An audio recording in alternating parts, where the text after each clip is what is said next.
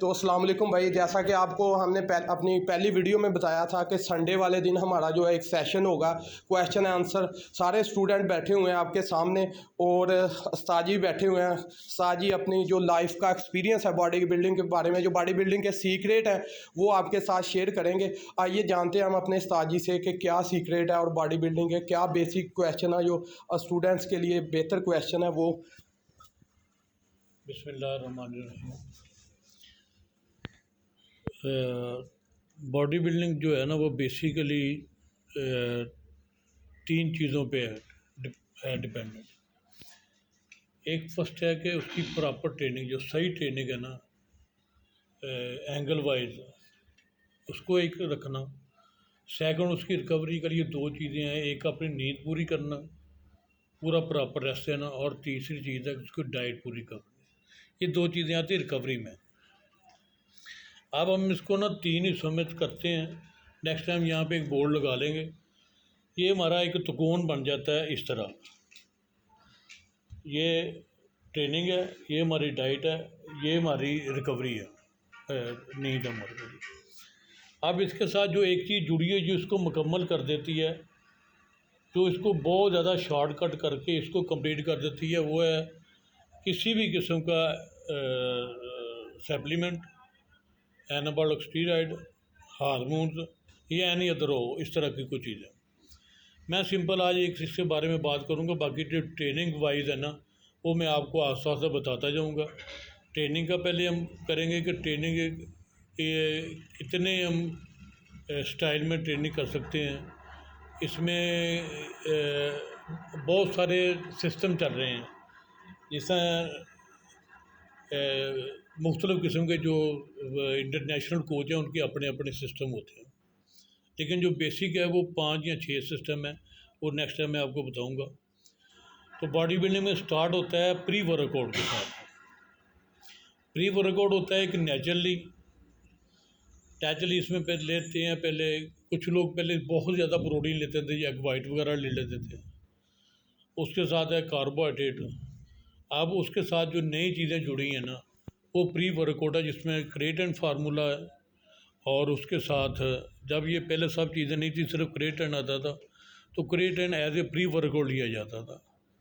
उसमें थोड़ी बहुत कबाहतें थी, वो कई दफ़ा कई मुल्कों में बैन भी हुआ है, तो कभी वो चल जाता है। उसमें सबसे बड़ी प्रॉब्लम जो है ना, उसका प्रॉपर इस्तेमाल किसी को नहीं पता। उसकी एक तो लोडिंग है, दूसरी उसकी मकदार है। उसके बाद नेक्स्ट जो लेवल आया वो प्री वर्कआउट कंपाउंड बनने लगे हैं, जो इसमें क्रिएटिन कंपाउंड है और एक नाइट्रोक्साइड फार्मूला है। नाइट्रोक्साइड फार्मूले में 2 या 3 आते हैं, ज़्यादा क्रिएटिन में आते हैं। प्री वर्कआउट में दो चीज़ें कॉमन होती हैं, एक कैफीन जो एनर्जी बूस्ट करती है उसका, और इसके अलावा और कोई मकसद नहीं होता। और ये चीज़ फैट बर्न करने में भी काम आती है, जिसमें हिजान पैदा करती है। और नाइट्रोक्साइड जिसको LRG9 कहते हैं ये। अब LRG9 पे मैं आता हूँ कि LRG9 जो है ना वो हमारी वेन्स को खोलता है। वेन्स को खोलने से उसका जो आपका ब्लड फ्लो है ना उस मसल की तरफ ज़्यादा हो जाता है। जब हमारी थकावट होनी शुरू होती है, उसका मसल ये होता है कि हमारा ब्लड फ्लो इतना ज़्यादा फास्ट नहीं है, उस मसल को ना प्रॉपर ऑक्सीजन नहीं मिल रही। तो LRG9 या नाइट्रोक्साइड कोई भी चीज़ लेने से ये होता है कि आपकी वेन्स खुल जाती हैं, आपका जो ब्लड फ्लो है ना वो उसको ज़्यादा हो जाता है, आपको ऑक्सीजन मिलती है, तो आपके साथ साथ ना वो स्टेमिना बेहतर होता रहता है। अब जो इसमें जो सीक्रेट बात बताने लगा हूँ ना, वो बहुत कम लोगों को मालूम होगा कि जो वियाग्रा है ना वो नाइट्रोक्साइड जो LRG9 फार्मूला है ना उससे 100 गुना ज़्यादा काम करता है। बेसिकली जो वियाग्रा स्टार्ट हुई थी वो हार्ट के पेशेंट के लिए, और सेकेंडली ब्लड प्रेशर के पेशेंट के लिए। उसका मकसद था कि ब्लड फ्लो ज़्यादा हो जाए। जब शरानें सिकुड़ती हैं तो दो चीज़ें होती हैं, या उसका ब्लड प्रेशर होता है या उस पर हार्ट पे ऊपर मसला शुरू हो जाता है, उसमें क्लॉट्स भी आ सकता है। लेकिन उसका मकसद था वेन को खोलना और ब्लड फ्लू को पूरे जिस्म में फैला देना। बॉडी बिल्डिंग में ये हुआ है कि जब ये यूज़ हुआ तो ये ज़्यादा लोगों ने जब ये ट्रायल में था तो बहुत सारे लोगों ने कहा कि ये तो काम करता होगा, लेकिन ये बहुत ज़्यादा ना हिजान पैदा करता है बॉडी में, सेक्स जो बहुत ज़्यादा डेवलप हो जाता है। उसका बेसिकली ये हुआ था कि वो जो आपका फिनस है ना, वो ब्लड सेल को उसकी तरफ डिवाइड हो गया ज़्यादा। अब बॉडी बिल्डिंग में जो इसका स्टार्ट हुआ है पाकिस्तान में, तो शायद बहुत कम लोगों को पता होगा, ये एज ए नाइट्रोक्साइड फार्मूला इसको हुआ है। L-arginine के साथ या अकेले ये लेना, उसमें आपकी वेन्स खुल जाती हैं, यानी कि जितनी उसकी कैपेसिटी होती है ना उतनी वो खुल जाती हैं।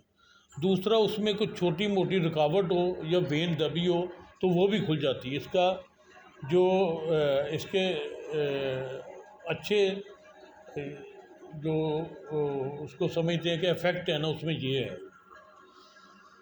अच्छा, जब आप ट्रेनिंग करते हो तो बेसिकली ट्रेनिंग मैंने आपको पहले बताया कि थकता तब है जब उसको ऑक्सीजन नहीं मिल रही होती, तो थकावट फील करना शुरू हो जाता है, रैप्स कम लगने शुरू होते हैं, हार्डनेस होनी शुरू होती है।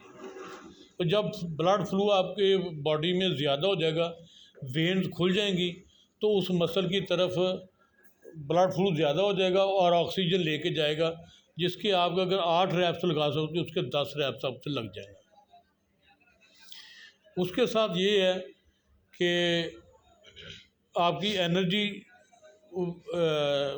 मसल की जो एनर्जी है, जो पंपिंग के साथ ब्लड फ्लू से ज़्यादा जब वो पंपिंग होगी तो उसकी कारकर्दगी बढ़ जाएगी, और सेकेंडली उसका ये होगा कि वो मसल की ग्रोथ ज़्यादा होनी शुरू हो जाएगी, क्योंकि ब्लड फ्लू ज़्यादा होना शुरू हो जाता है। एक मैं आपको बात बताऊं कि जो स्टीरॉयड में बहुत सारी ऐसी चीज़ें जो सिर्फ सिंपल ब्लड पैदा करने के लिए होती हैं, लेकिन वो सारी एनाबॉलिक स्टीरॉयड लेके तो वो सारा का पर्पज़ एक ही समझते हैं। किसी को ये नहीं पता कि कौन सा स्टीरॉयड है जिसमें ब्लड सर्कुलेशन ब्लड की प्रोडक्शन ज़्यादा हो जाती है। जब 1950-1960 की दिहाई में ये स्टीरॉयड बना था, उस वक्त ये होता था कि जो एथलीट थे वो अपना ब्लड या अपने किसी अजीज़ का ब्लड या अपने कोच का ब्लड 2, 4, 5 वो बोतल लेके तो वो अब स्टोर कर लेते थे। तो वो उनके जब कंपटीशन नज़दीक आते थे उनके, तो वो उस वक्त लगवाते थे बेसिकली। अब जब स्टीरॉयड ले रहे हो ना, उसमें भी ब्लड की प्रोडक्शन ज़्यादा होती है और बंदे का एचबी बहुत ज़्यादा हो जाता है। लेकिन उसमें एक प्रॉब्लम ये होती है कि बंदे का जो खून है ना, वो थोड़ा ब्लड जो थिक होना शुरू हो जाता है, उससे क्लॉट्स का ख़तरा पैदा हो जाता है। और जो स्टीरॉयड ले रहे हैं उनके लिए भी ये चीज़ बेहतर है। ये जो मैं वियाग्रा की बात कर रहा हूँ, या इसी फार्म में कोई भी है, पेंगरा है या इस तरह कोई चीज़ें हैं ना, वो इसके लिए दी बेस्ट है। लेकिन उसका एक नुकसान है, जिन बंदों को इरेक्शन होती है और ज़्यादा होनी शुरू हो जाती है तो वो उसके आदी हो जाते हैं। फिर उनको अगर फीलिंग नहीं होती तो वो फ़ौरन उसकी तरफ ले जाते हैं कि यार ये ले लो तो मेरा मामला ठीक हो जाए, सेक्सुअल जो होती है प्रॉब्लम।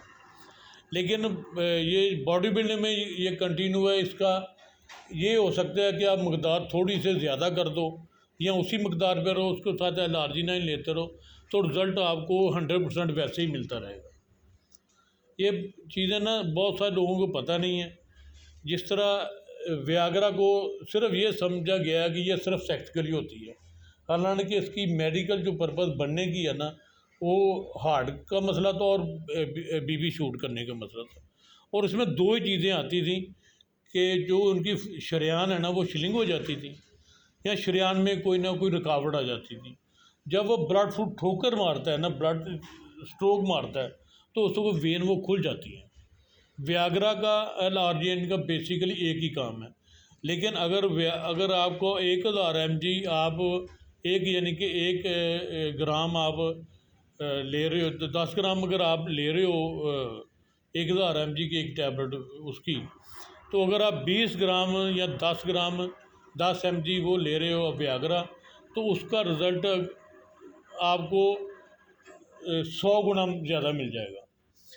लेकिन इसकी सिर्फ दूसरी जो वजह है, इसका जो दूसरी जो प्रॉब्लम जो इसके साथ क्रिएट होती है, वो मैंने आपको ये एक बताया कि जो अब आप इस पे ये डिपेंडेंट करने लग पड़ते हो ना, तो वो एक नशा सा होता है कि यार इसके बगैर ट्रेनिंग नहीं होनी। जैसे बहुत सारे लोगों का कंसेप्ट ये है कि आप प्री वर्कआउट लेना है तो ट्रेनिंग होनी है, अदरवाइज नहीं होनी, क्योंकि वो वैसे कर सकते हैं लेकिन वो डिपेंडेंट हो जाते हैं।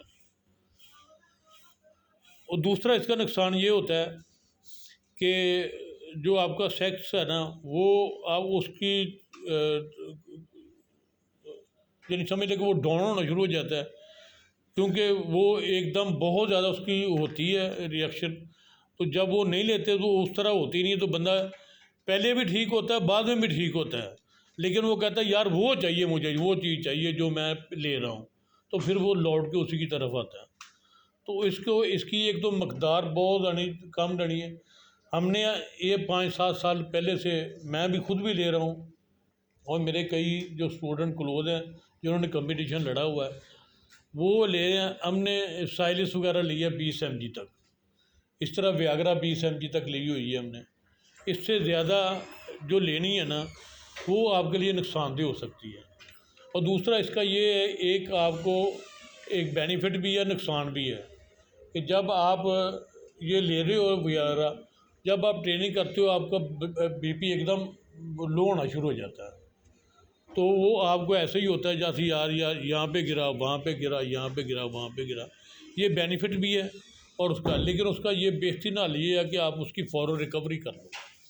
रिकवरी उसकी डाइट के साथ हो सकती है, या एक दो चीज़ें ऐसी हैं जिस तरह आप काफ़ी का एक कप पी लो, या थोड़ा सा नमक ले लो, या इस तरह की यानी हो कोई भी चीज़ ले लो जिसकी आपकी रिकवरी हो जाए। सर जी, इनमें से जो मोस्ट इफेक्ट चीज़ है वो बता दें, और जो सेफ ट्रिक है वो बता दें। उनमें से एल-आर्जिनिन और बैकग्राउंड।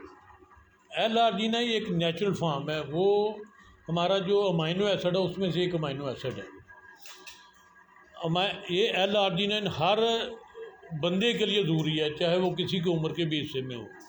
वो ब्लड प्रेशर से और जो हार्ट अटैक का यानी कि दिल की बीमारियों से वो बचा रहेगा। ये नेचुरल फॉर्म है। बॉडी बिल्डिंग के अलावा भी बंदा यूज़ कर सकता बॉडी बिल्डिंग के अलावा बिल्कुल यूज़ करनी चाहिए, ख़ास तौर पे जिनको ब्लड प्रेशर है। अगर वो सिर्फ नेचुरल में रहना चाहते हैं या मेडिसिन नहीं लेना चाहते, वो अगर 15 से 20 दिन लेना तो उनका ब्लड प्रेशर नॉर्मल होना शुरू हो जाएगा। इस तरह कई की वेन तंग होती हैं, कई की ये ऐसे हाथ रखा हाथ सो गया, सुन्न हो गया, पैर रखा पैर सुन्न हो गया, उनके भी ये जो है ना एल-आर्जिनिन ये बेहतरीन है। है। इनके मोस्ट इफेक्ट एल-आर्जिनिन है बैकग्राउंड से, और सेफ भी है। नहीं वो हाँ उसका यही है, लेकिन जो चीज़ आप चाहते हो ना कि जिस तरह आपका ब्लड फ्लो होना चाहते हो, या जिस तरह आप वेट लगाना चाहते हो, जिस तरह आप पंपिंग करना चाह रहे हो ना, वो एल-आर्जिनिन वो अकेला नहीं कर सकता। और ये पाकिस्तान में शायद ना हो, लेकिन पूरी दुनिया में ये यूज़ हो रही है बॉडी बिल्डिंग में। इस तरह बहुत सारी सीक्रेट और चीज़ें हैं ना, ये भी बहुत ज़्यादा यूज़ हो रही है। शायद कुछ लोग मेरे इख्तलाफ करें मेरे से, लेकिन जो मेरे तजाती तजर्बे में 5-7 साल से ये चीज़ आई है ना, वो मैंने इसको ऑब्ज़र्व किया है कि ये दो चीज़ें उसमें प्रॉब्लम होती हैं कि एक आपका बीपी डाउन हो जाता है, फिर आप उस पर डिपेंडेंट होना शुरू हो जाते हैं। ये दो चीज़ों से बचना चाहिए। तो इंशाल्लाह बाकी नेक्स्ट अल्लाह खैर करे। तो जी भाई, आज का जो हमारा टॉपिक था वो था प्री वर्कआउट में कौन कौन सी चीज़ें इस्तेमाल होती हैं और प्री वर्कआउट में बेसिकली कौन कौन से फार्मूले हैं, वो सर जी ने एक्सप्लेन किया।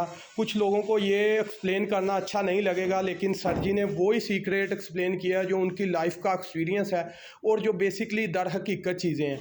कुछ लोग समझेंगे कि ये गलत है, ये नहीं, लेकिन जिसने जो भी समझना है वो समझे, लेकिन जो हकीकत सीक्रेट है बॉडी बिल्डिंग के वो सर जी ने बताए हैं। और जो प्री वर्कआउट में फार्मूले हैं जो है सर जी ने बताया, ऐसा ऐसा वो लाइफ का एक्सपीरियंस आपके साथ एक्सप्लेन किया सर जी ने। और नेक्स्ट वीडियो में इंशाल्लाह हमारे जो भी टॉपिक होंगे वो भी सवाल क्वेश्चन आंसर होंगे बच्चों के, वो भी करेंगे और इधर एक बोर्ड लगाएंगे और बताएंगे सबको कि क्या चीज़ है, कैसे एक्सप्लेन करते हैं। और ये जो वीडियो है ये जस्ट बॉडी बिल्डिंग नॉलेज के लिए बनाई गई है, इसे गलत मतलब ना लें कि आप लेना शुरू कर दें किसी और चीज़ के लिए, आप ये चीज़ें यूज़ करना शुरू कर दें, ऐसा नहीं है। As a professional body building surgeon ने ये चीज़ एक्सप्लेन की है और जस्ट ये body building as a knowledge के लिए ये वीडियो बनाई गई है। Thank you.